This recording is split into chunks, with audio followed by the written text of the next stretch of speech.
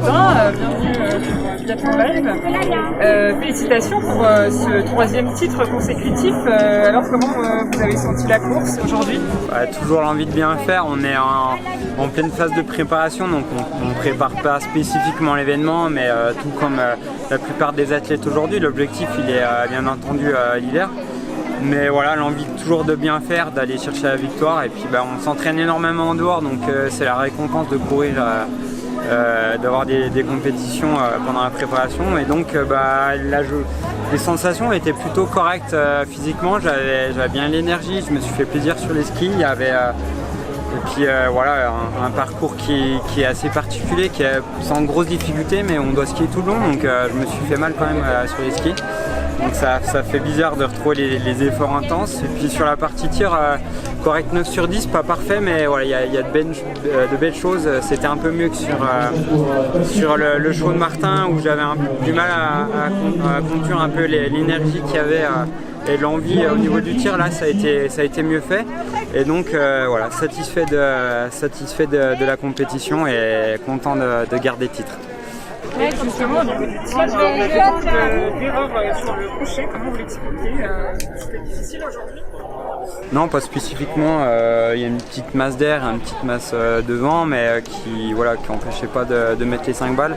Moi, l'erreur, elle s'explique plus avec un peu de crispation. C'est vrai que, comme j'ai dit, ça fait longtemps qu'on n'a pas couru, et donc on est un petit peu stressé, un petit peu tendu, donc il faut aussi qu'on reprenne nos repères de compétition.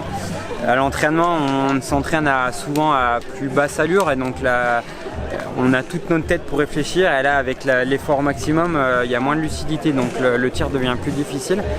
Mais voilà, difficile à expliquer les erreurs de chacun, je les explique au moins pour les miennes. D'accord.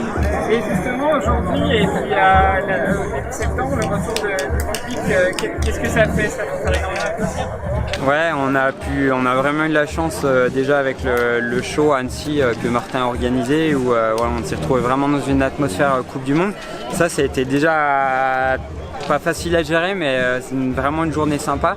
Et puis aujourd'hui encore, avec un beau public tout au long de la piste, c'est très motivant, et puis ça fait plaisir de repartager un peu les émotions. J'ai eu l'impression que tout le monde était content ici de retrouver des compétitions et de partager un peu tout ça. Donc voilà, ça lance un petit peu la saison, même si les choses vraiment officieuses vont arriver durant l'hiver. Un petit mot sur la préparation, vous partez à fond en remue après du coup? Ouais. Comment ça va se passer au début de l'hiver?